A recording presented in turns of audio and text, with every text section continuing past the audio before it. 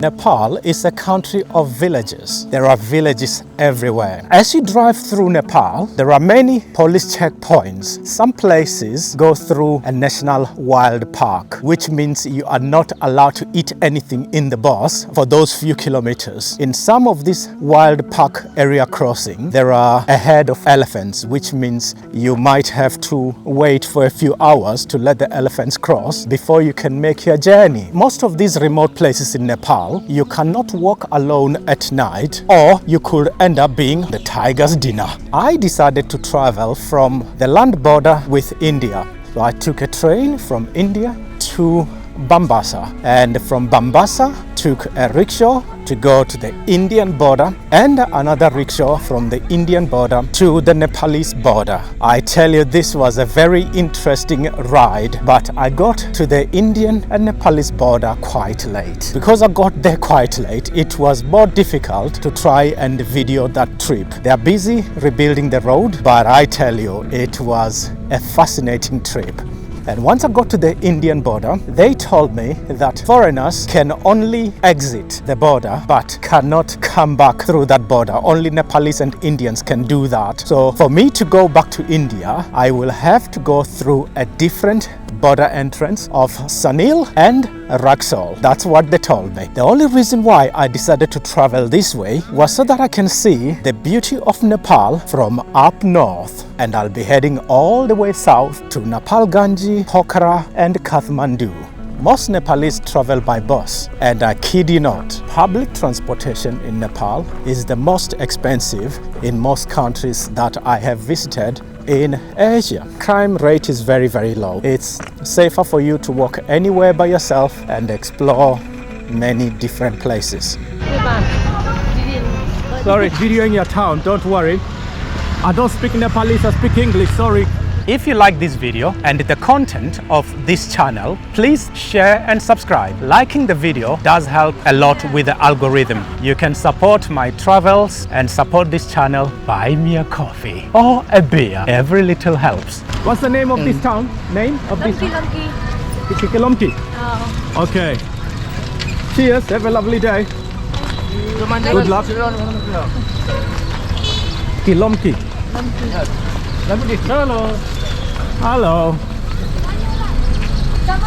What I found fascinating is that everywhere where I traveled in the bus, there were just so many villages. Villages from one place to another, and very few shops and scattered towns, a town here and there. Apart from that, it's just a country of villages. I call Nepal a real country of villages. People biking everywhere, push bikes everywhere, and not many motorbikes. The bus, I will say, a little bit more comfortable, and the road is not as smooth. Some parts of the road is just not there, it's just gravel. Good morning. Join me in this adventure as I show you the beauty of Nepal. This is Nepal in the morning traffic. I'm with the tuk-tuk with car bells everywhere. Foggy Nepal. Look at the colors on the houses. That's almost like resembling Rastafarian. I've noticed here in Nepal, they use bikes a lot, push bikes. Everybody's got a bicycle, apart from me.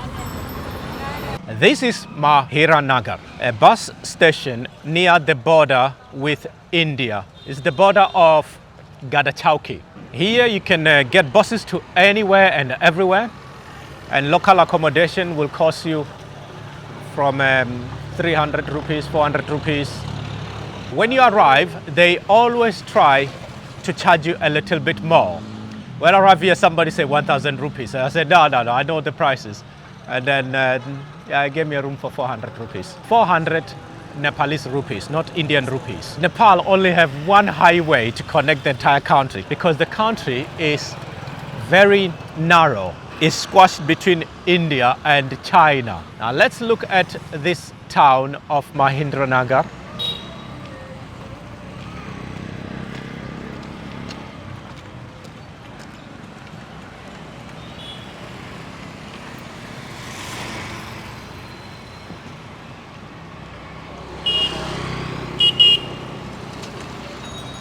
When I arrived here, it was quite late and I didn't have dollars. I couldn't withdraw dollars anywhere. And the local money exchange, they charge you crazy amount just because you don't have dollars. It's like a monopoly. The guy is the only one running a money exchange. So I decided no, I wasn't going to do that. And I was told by the immigration officer that when you extend your visa, then you can use Nepalese rupees. But when you're getting the visa for the first time, you have to pay in US dollars, euros, and pounds only. When you extend, yes, you can use Nepalese rupees. So if you intend to come to Nepal, my best advice is get your dollars ready. Even if you intend to visit India, just get your dollars ready. Without those currencies, you're going to pay some extra money, which is not really, it's a bit painful, but it's not really worth it. So just travel with them, some few dollars. Yeah, the streets are a little bit clean here in Nepal, but still there's speed everywhere like Indians. Everybody loves the bike here. Look, bikes, bikes, bikes. It's like you're in Holland, but a poor man's Holland. Because they do love their bikes in Holland. One thing I love about Nepal is everybody's welcome. They're very welcoming, lovely, lovely people. Hello, ladies. Not so keen. But everybody's on a bike.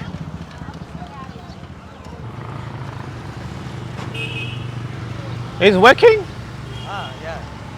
Working. No safety gear? No helmet? No? No. You guys work dangerously. This guy's working here. No safety gear. Oh, man, you are dangerous. It's finished? Oh, man. No safety gear. How do they do that? What are you making, sir? Tandoori. Ah, tandoori, okay. This is a tandoori oven. This is a Nepalese tandoori oven. No butter, no milk in your tandoori. You speak English, gentlemen? Your tandoori plain? Tandoori fry.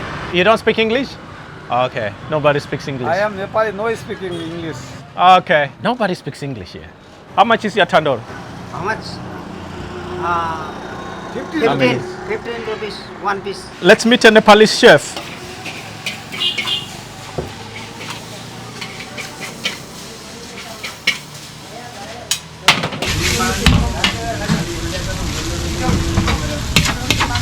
He's really enjoyed making his vegetables.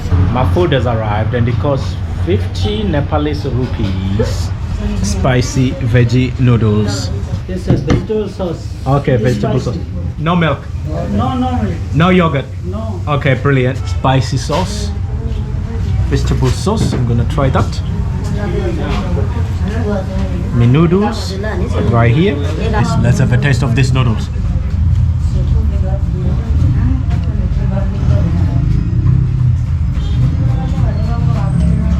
Now that was a lovely meal. I was just passing by. I saw this chef. He looked at me like, hey, where you going? Why don't you come here and eat something? I stopped and I tried that chow mein. Vegetable chow mein. Very, very tasty, but spicy. Fresh chilies, fresh veggies, fresh everything. It's like everybody doing these veggies dishes here. Hello. He's doing another one. Which one is this? Yes, chow mein. Everybody specializes with chow mein here. He's smiling while he's doing his chow mein. It's everybody doing chow mein. You're doing chow mein as well. Chow mein everywhere. Let's look at some of these mini buses that you see here in Nepal. Let's look at this one. Nobody inside. Let's just have a peep. There's the bus. There are lots of Mercedes buses. And of course, Tata. And it's, I just came to Nepal and there's a swastika right there.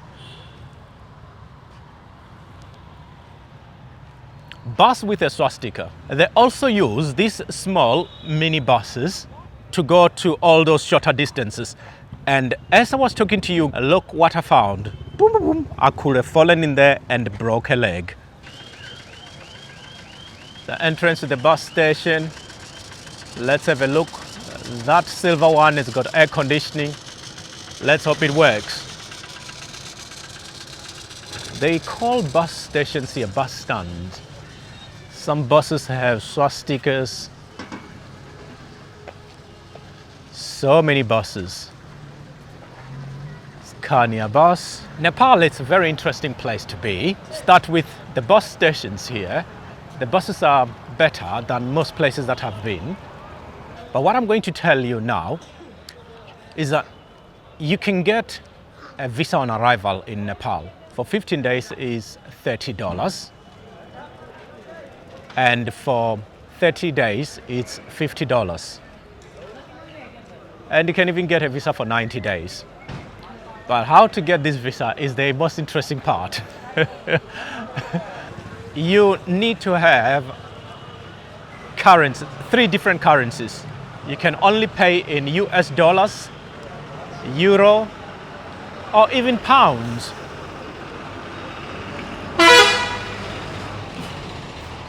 You can't pay using Nepalese rupees or Indian rupees. That is not allowed.